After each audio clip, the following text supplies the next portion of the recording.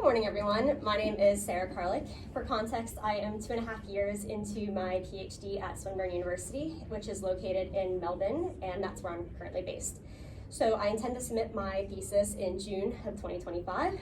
We have just a couple months left, at least I'd like to believe that, but it's going to be quite a grueling couple months. So I want to begin by acknowledging my supervisory team, Professors Emma Sherry, Amanda Benson, Ruth Jeans, and Dr. Casey Simons, who's also here with us today.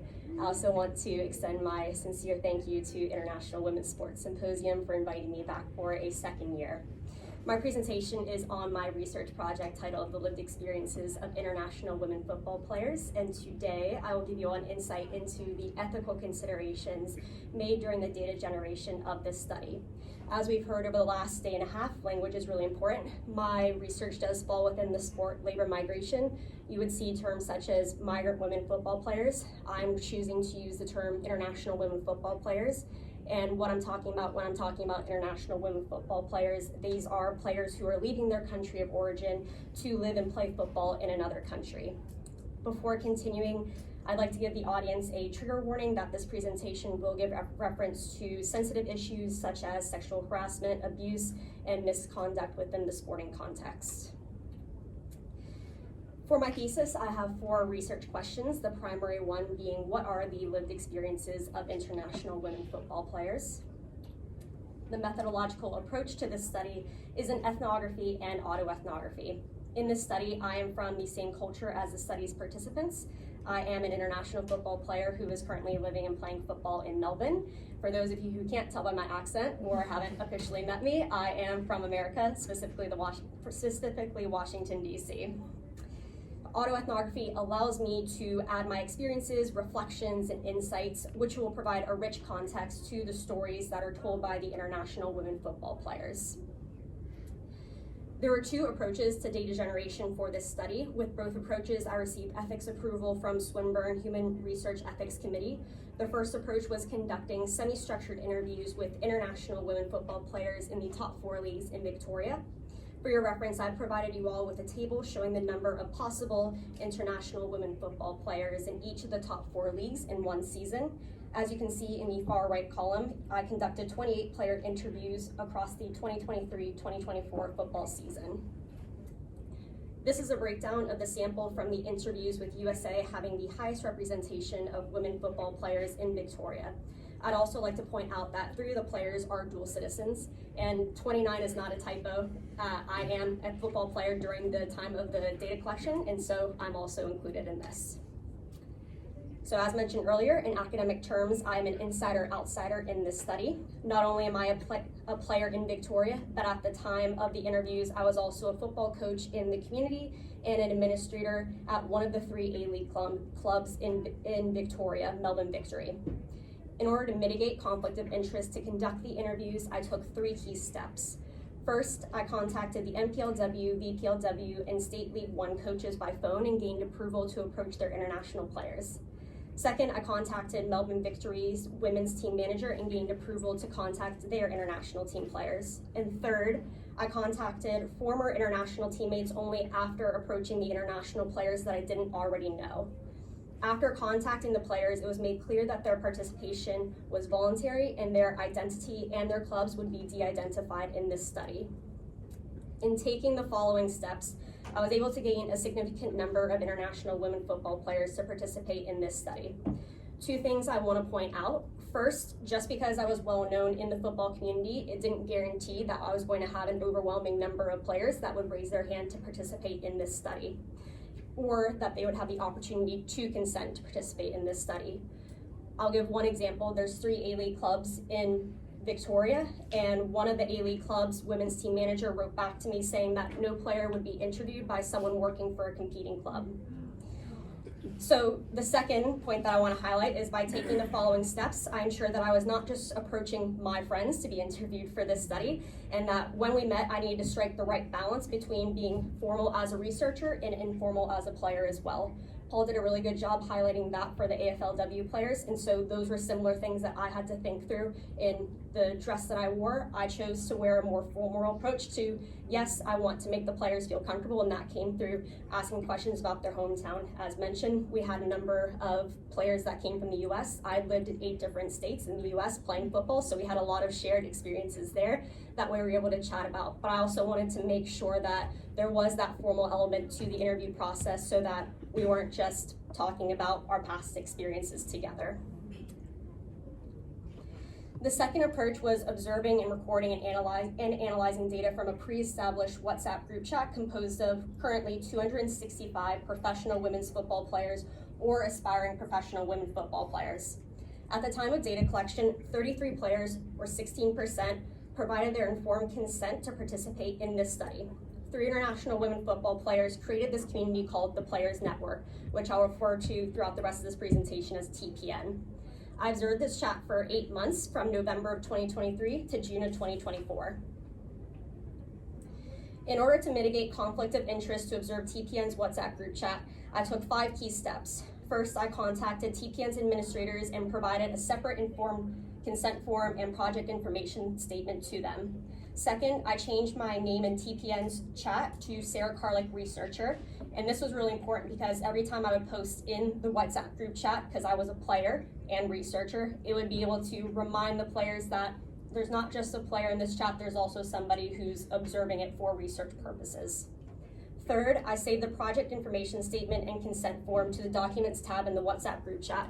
This was important so that players would be able to locate the forms and documents at any given time without having to go through me or scroll through all the messages in the WhatsApp chat.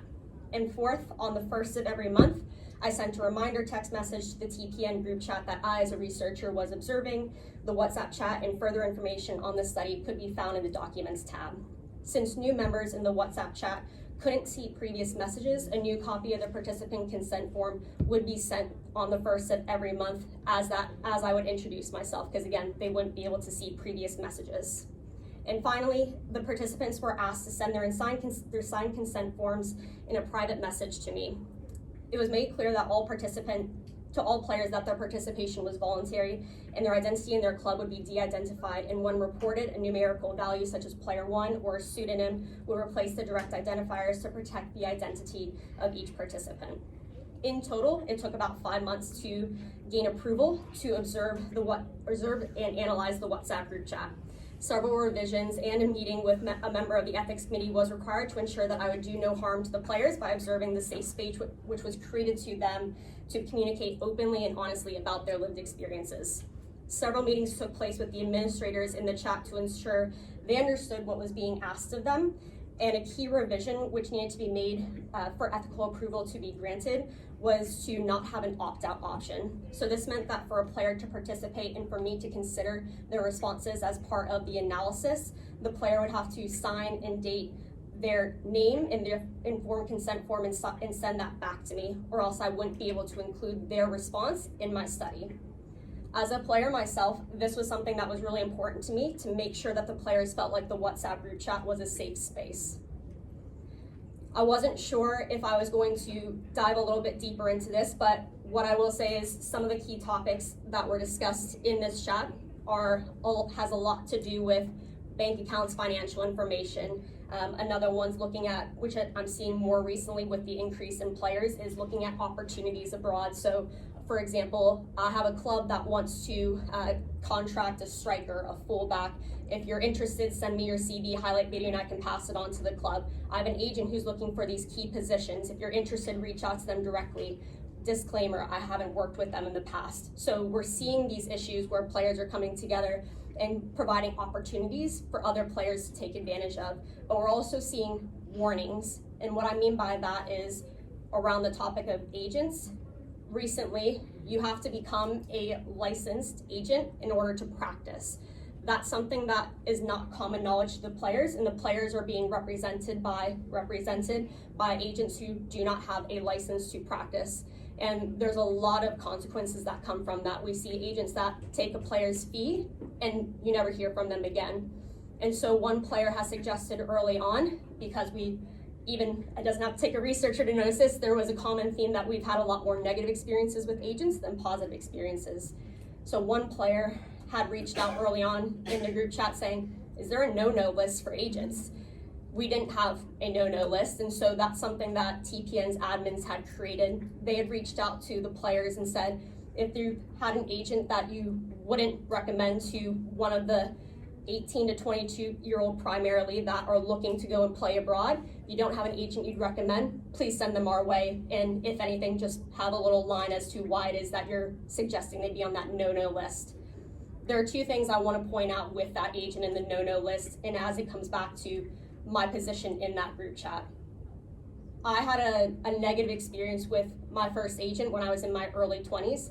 He abused his position of power, and I wanted to, at the time, speak out against him and what he had done to me, but I was still early in my career trying to get it off the ground. I didn't know if I would be believed. He was a lawyer. I was a young soccer player. I don't know what the consequences would have been. The recommendation to me was to keep silent, so I did. And so for me to have that as an opportunity to speak out against him, the first thought that came to my mind was, this is the second time now where I have an opportunity to speak out. Am I going to take it? My position in this chat, going back to being an insider-outsider, it was challenging because the thought that came to my mind is, I don't want to ever make the players feel like when they see that researcher come up, am I trying to get them to share more information that I can use for my study? So for me, it was really tough. It was really difficult to insert myself into that chat, but also maintain a safe distance so that they felt comfortable as well. But there are times like that where I reached out to the admins privately, and the first thing that admin said was, oh, he's definitely on that no-no list. But not just because I had reached out against this one specifically, because other players had as well.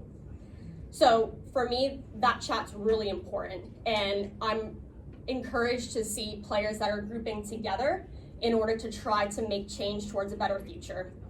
So I've shared the process of what I went through in my data generation applying for ethics approval, as well as highlight a few considerations for those who would like to use semi-structured interviews or WhatsApp group chat as data generation approaches, particularly as an insider-outsider. And so to close, I want to frame these ethical considerations within the context of what we see for the ethical conduct in human research. We see the relationship between research and research participants is the ground on which human research is conducted. The values respect for human beings, respect, research, merit and integrity, justice, beneficence help to shape that relationship as one of trust, mutual responsibility, and ethical equality. But what does this mean in practice? So there are three things that I want to add as that insider-outsider researcher perspective. So first, I need to take into account those ethical considerations when I ask the players to participate in my study. How do I know that they understood what was being asked of them? I provided them with that informed consent form and project information statement. For those who didn't interview with me, I asked if the players read, understood, and had any questions when we met in person before beginning the interview. Second, I have an ethical responsibility to do right by the players and honor their stories. During data collection, I did this by creating a safe space for them to tell their stories by meeting on a day, time, and place that worked best for them. Creating a safe space is important so that the players are able to feel comfortable sharing their story, which might have been for the very first time. For those players in the group chat and every monthly message, I made sure to emphasize that their participation in my study was voluntary. And important to note once again that the players have been given a pseudonym or numerical value to protect their identity. And finally, which is personal to me, I made that observation and had experiences in my football career where I said to myself, this is not good enough. It's my personal mission through my research here that I can change that situation for future footballers. Thank you all for your time. Absolutely phenomenal research, Sarah. Powerhouse supervision team as well, but I think being so vulnerable and sharing your experiences and the work that you're going to produce from this is only going to help athletes in the future, so congratulations. Thank you. All right, I'm sure there's questions. Paulie. Yeah, fantastic, Sarah. Well done. So I've got two questions. One, did you get any pushback from any of the members in the WhatsApp group? And have you thought about how you're going to disseminate your findings to your participants once you finish especially the ones in the WhatsApp group? Yep, so I'll answer the first question, which is pushback. I was very fortunate when it came to the interviews, again, looking at roughly 35% of the players in the state of Victoria that were raising their hand. It got to the point, and Casey and I had talked about this with our supervisor team, it got to the point where I really didn't have to push to try to find any other players. They were willing. I still have players, because I'm still playing now, when I talk about my study, they say, oh, do you need an interview? Like, can I share my experiences as well? They want to be a part of it. They want to have their voices heard, and they want to have it heard and told to somebody who's trying to make a difference. And I'm really passionate and committed about that it's not just gonna be something that sits in my computer or is only talked about in academic conferences. I love all you people here, but I want to do more and bridge that gap with academia and industry. So to push back, I was really fortunate in that, to my knowledge, I didn't have that pushback, particularly with interviews. TPN's group chat, because those were a lot of players that I didn't know, and it may have been a friend of a friend of a friend that we could have been connected. I didn't hear anything. If anything, it would have came through the administrators, but they had never disclosed anything to me. And to your second question about disseminating findings, it would be through a report, but I haven't quite thought through just about how I'll go with doing that. Any publications, of course, will also be shared with them. Just to follow up, have you considered that you're able to meet expectations of your participants from your findings? Because at times academia is not like the academic findings for participants can sometimes seem to be less impactful than what they thought was going to happen. I think for me, seeing the small wins are something we're celebrating, and we see that within the Players Network WhatsApp group chat. I'm on a FIFA research scholarship this year, and that was something that I celebrated with them in that chat, just to show that, again, it could have easily been that FIFA had denied my application, I didn't get the scholarship, but seeing something like that, there's a governing body that is interested in my research, and that there's a chance for me to be able to use that to make a difference. I think celebrating those small wins can still, and just keeping the perspective that this is going to be a fight for a long time. I may not see that change in my lifetime when we're talking about progress. I think that we see it a lot like this, but I still think it's here, and we still have so much to go. And so just managing expectations, reminding them to keep that perspective, but I'm doing whatever I can to commit to making sure that they see some sort of change in the near future.